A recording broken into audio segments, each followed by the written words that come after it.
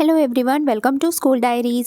सो इस वीडियो में देखते हैं हिंदी का सैम्पल पेपर। सो ये क्वेश्चन पेपर भी 40 मार्क्स का है। ठीक है, इंग्लिश एग्जाम का जो पैटर्न होता है कि पहले सेक्शन ए में कॉम्प्रिहेंशन, फिर राइटिंग पार्ट होता है, फिर ग्रामर और फिर उनका लिटरेचर, तो वैसा ही हिंदी भी होता है। ठीक है, तो सबसे पहले अपठित गद्यांश होता है, मतलब कहीं से भी कोई पैसेज इस तरीके से दे देते हैं और फिर उसके ऊपर जो है फिर प्रश्न पूछे जाते हैं। सबसे पहला क्वेश्चन हमेशा अपठित गद्यांश होता है। ठीक है, और उसके बाद फिर एक राइटिंग पार्ट का क्वेश्चन होता है। राइटिंग स्किल के ऊपर एक क्वेश्चन होता है, जैसे कि पत्र लेखन, चित्र वर्णन। तो यहाँ पे जो है कहानी लेखन दिया गया है, जैसे कि कुछ पिक्चर्स दिए गए हैं और इन पिक्चर्स को देखकर अपने शब्दों में जो है कहानी लिखनी होती है।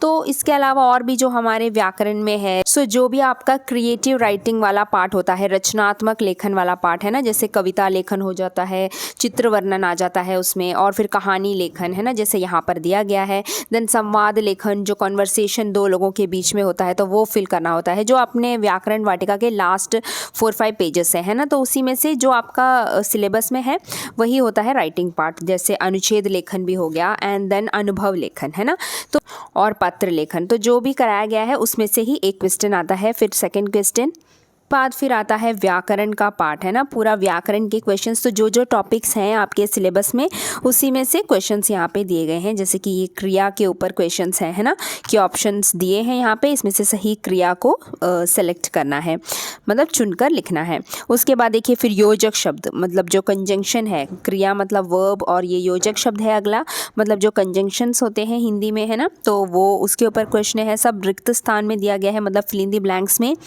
और ऑप्शंस भी यहाँ पे दिए हैं, आपको सेलेक्ट करना है। तो पैटर्न सब स्कूल का अलग होता है। देन मुहावरे के ऊपर प्रश्न है, मुहावरा दिया गया है, उसके अर्थ लिखो।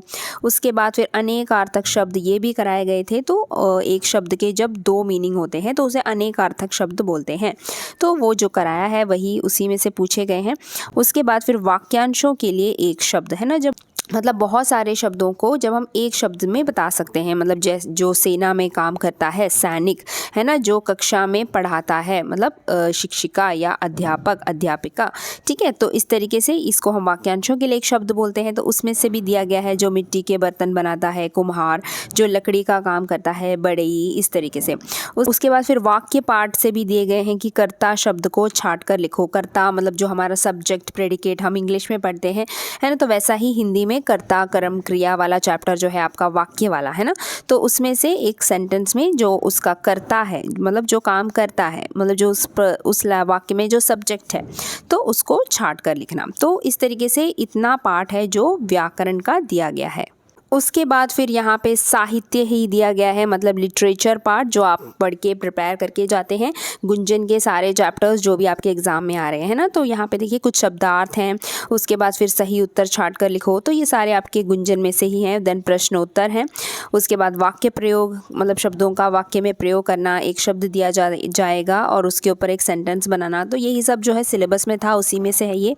और फिर सबसे बढ़कर हम कविता, मतलब कोई कविता होगी जो आपको याद करने के लिए दिया होगा, तो उसकी पंक्तियां पूरी करो, जैसे कि यहाँ पे आप देख सकते हैं। तो इसके लिए कविता का पूरा याद होना ज़रूरी है, तभी आप आगे के जो पंक्तियाँ हैं वो यहाँ पे लिख पाएंगे। तो कविता याद करने के लिए कहा गया था, तो इसीलिए क्वेश्चन पेपर में इस तरीके से प्रश्न दिया गया है।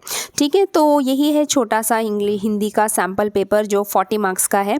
होप आपको एक आइडिया मिल गया होगा। सो अब मिलते हैं अगले वीडियो में अगले टॉपिक के साथ। तब तक के लिए बाय बाय, टेक केयर।